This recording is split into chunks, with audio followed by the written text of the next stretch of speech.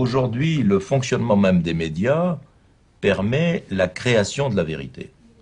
Évidemment, la vérité ne peut apparaître que de la confrontation, disons de la vérification d'une version qui est donnée avec recoupée par un certain nombre de témoins. On sait à quel point, d'ailleurs, c'est difficile d'établir la vérité. On le voit avec les juges d'instruction, on le voit avec les scientifiques qui analysent, qui essaient de découvrir la vérité. C'est difficile. Mais aujourd'hui, dans le fonctionnement des médias, il suffit qu'à propos d'un événement, si vous voulez, tous les médias disent la même chose, la presse écrite, la radio, la télévision disent la même chose, pour que cette chose qu'ils disent, eh bien, c'est riche en vérité, même si c'est faux.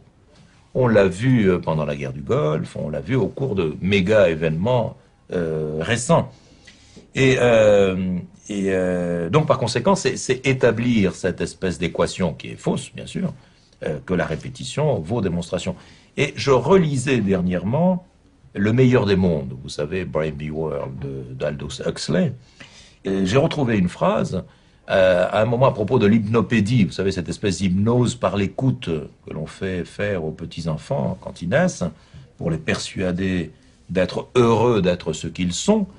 Et l'un des gestionnaires, des directeurs du centre de conditionnement, c'est comme ça ce qu'on appelle le centre de conditionnement, dit cette phrase, il dit « 64 000 répétitions valent la vérité ». Eh bien, nous sommes maintenant dans le monde d'Huxley.